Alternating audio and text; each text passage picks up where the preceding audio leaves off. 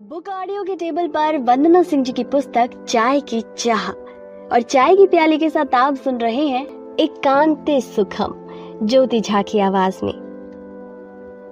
अनमोल सुबह सुबह बैठकर चाय पी रहा था, साथ ही अखबार भी पढ़ रहा था। उसके हाथ में 23 मार्च 2020 का अखबार था। पूरे अखबार में जो प्रमुख खबर थी वह कोरोना वायरस से संबंधित थी। अखबार के साथ साथ पूरे न्यूज चैनल पर भी कोरोना से संबंधित खबरें ही आजकल भरी हुई हैं।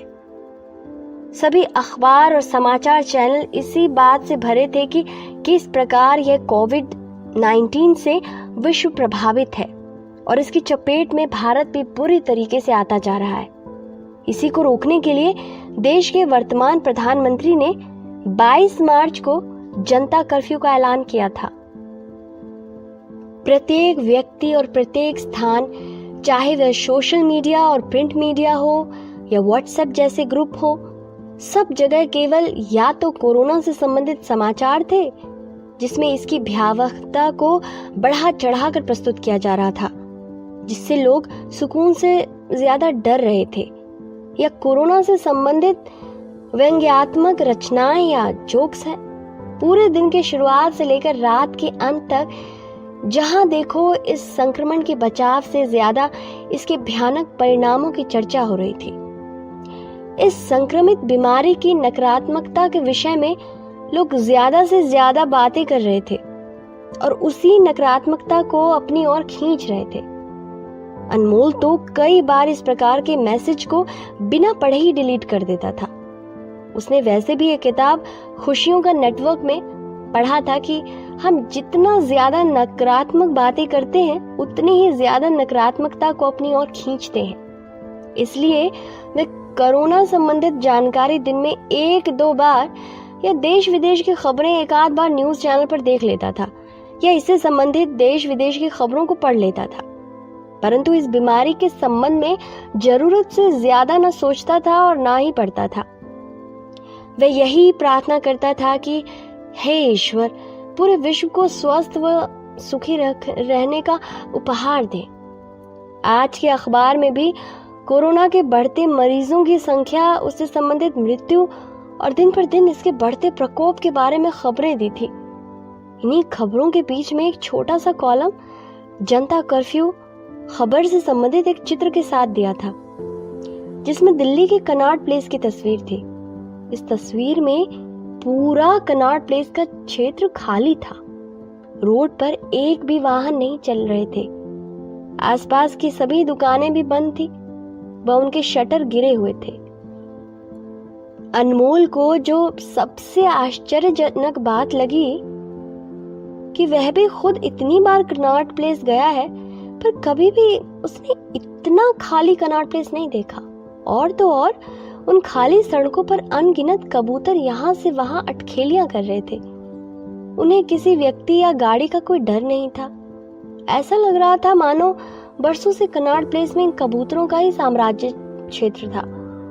अनमोल मन ही मन सोचने लगा, हम मनुष्यों ने हर जगह इतनी भीड़ बढ़ा दी है कि इन पशु पक्षियों को अपने लिए स्थान ही नहीं मिलता।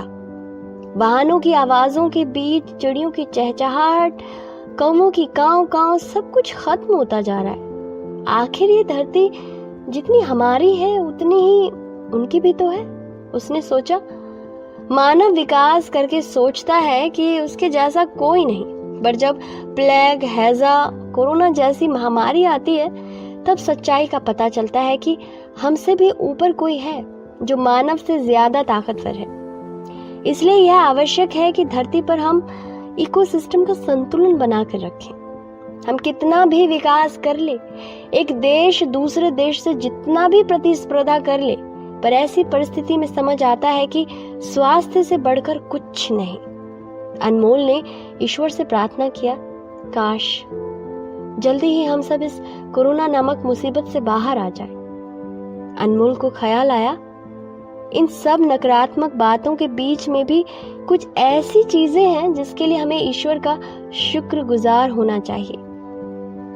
वैसे भी इतिहास गवाह है, जैसे हर रात के बाद दिन का उजाला आता ही है, कोई भी महामारी एक समय के बाद खत्म हुई है। बस इस समय लोगों को धैर्य रखने के साथ सुरक्षा के सारे उपाय अपनाने की जरूरत है। कल जनता कर्फ्यू था और आज से ज्यादातर प्रदेश बंद है, जो कहीं ना कहीं हमारी सुरक्षा के लिए ही है। इन सब के बीच देश की अर्थव्यवस्था व लोगों की अर्थव्यवस्था पर भी फर्क पड़ेगा। लेकिन कहते हैं ना, जान है तो जहान है, जान रही तो फिर से प्रयास करके कमा लेंगे। और कोई अकेला नहीं, पूरा विश्व इस समस्या से जूझ रहा है।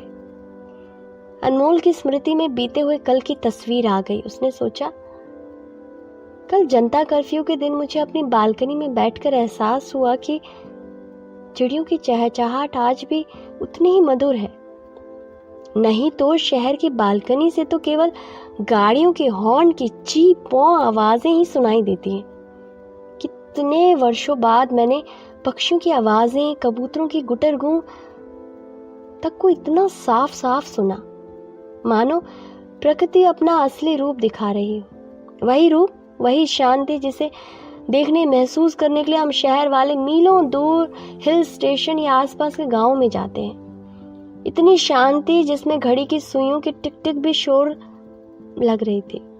नजारा तक देखने लायक था जब 22 मार्च को शाम के 5 बजे प्रधानमंत्री जी की अपील पर कोरोना योद्धाओं को धन्यवाद करने के लिए हर घर से जनता अपनी बालकनी या बाहर आकर ताली बजा रही थी, घंटियां बज रहे थे, कहीं शंखनाद हो रहा था, यहाँ तक कि थाली और चम्मच भी बजाया जा रहा था। अनमोल की आंखों के सामने जैसे ही कल शाम का नजारा आया, उसके चेहरे पर हल्की सी मुस्कान आ गई। अनमोल को ऐसा लग रहा था जैसे वह अपने घर की बालकनी में नहीं, किसी मंदिर में खड़ा हो, जहां शाम को ईश्वर आरती हो रही है। हजारों घंटियां, शंख, तालियां एक साथ बज रहे थे। अनमोल ने सोचा, सच में यह घटना सदैव मेरे मन में बसा रहेगा। भारत में जहां विभिन्न राजनीतिक पार्टियां एक दूसरे को काटने में लगी रहती हैं, वहीं इस कोरोना की समस्या के समय केंद्र व राज्य सरकारें मिलकर काम कर रही हैं और प्रयास कर रही हैं कि भारत को चीन और इटली जैसी भयानकता का सामना न करना पड़े। यहाँ तक कि सभी बड़ी बड़ी कंपनियां व सरकारी कंपनियां भी वर्क फ्रॉम होम पर जोर दे रही हैं। इस वर्क फ्रॉम होम या जनता कर्फ्यू की वजह से जो लोग अपने काम में इतने व्यस्त थे कि परिवार को समय ही नहीं दे पाते थे, आज कम से कम उन्हें अपने परिवार के साथ कुछ तसल्ली के पल मिल रहे हैं, जिससे सोचा जाए तो पारिवारिक रिश्ते में भी मधुरता आएगी। हमें किसी भी परिस्थिति के नकारात्मक पक्ष के साथ उसके सकारात्मक पक्ष को भी देखना चाहिए। यदि कुछ नकारात्मक है और हमारे हाथ में उसे दूर करना है तो जरूर प्रयास करना चाहिए, अन्यथा कई चीजें वक्त के हाथ में ही छोड़ देना चाहिए। चिंता करने से किसी समस्या का हल नहीं मिलता, बल्कि मानसिक अशांति ही मिलती है। इसी संदर्भ में महाभारत की एक कथा है। महाभारत युद्ध में अपने पिता द्रोणाचार्य के धोखे से मारे जाने पर अश्वत्थामा बहुत क्रोधित थे। उन्होंने पांडव सेना पर एक बहुत ही भयानक अस्त्र, जिसका नाम नारायण अस्त्र था, छोड़ दिया। इसका कोई भी विरोध नहीं कर पा रहा था। यह अस्त्र जिन लोगों के हाथ में हथियार होता था और लड़ने के लिए कोशिश करता दिखता था या मन में भी लड़ने का विचार करते थे, उन पर अग्नि बरसाता था और उन्हें तुरंत नष्ट कर देता था। श्री कृष्ण जी ने पांडवों की सेना को अपने अपने अस्त्र शस्त्र छोड़कर चुपचाप हाथ जोड़कर खड़े रहने का आदेश दिया और यह भी कहा कि मन में भी युद्ध करने का विचार न लाए। यह मन के विचार को भांप कर उन्हें भी पहचान कर नष्ट कर देता है। पांडव व उनकी सेना ने भी श्री कृष्ण जी की बात मान ली और नारायण अस्त्र धीरे धीरे अपना समय समाप्त होने पर शांत हो गया। इस तरह पांडव सेना की रक्षा हो गई। इस कथा को वर्तमान परिप्रेक्ष्य में समझे तो हर जगह लड़ाई सफल नहीं होती। प्रकृति के प्रकोप से बचने के लिए हमें भी कुछ समय के लिए सारे काम छोड़कर चुपचाप हाथ जोड़कर मन में सुविचार रखकर एक जगह ठहर जाना चाहिए तभी हम इसके कहर से बचे रह पाएंगे। कोरोना नामक महामारी भी अपनी समयावधि पूरी करके शांत हो जाएगा। श्री कृष्ण जी का बताया हुआ उपाय है, यह व्यर्थ नहीं जाएगा। इस कोरोना से आए संकट के समय में सर्वश्रेष्ठ तो शांति से एकांत में रहना है, जिससे हम इस बीमारी को बढ़ने से रोक सके और इस मिले हुए समय में हम स्वयं के साथ और अपनों के साथ समय व्यतीत कर सके। अर्थात इस समय तो यही कहा जा सकता है, एकांत सुखम।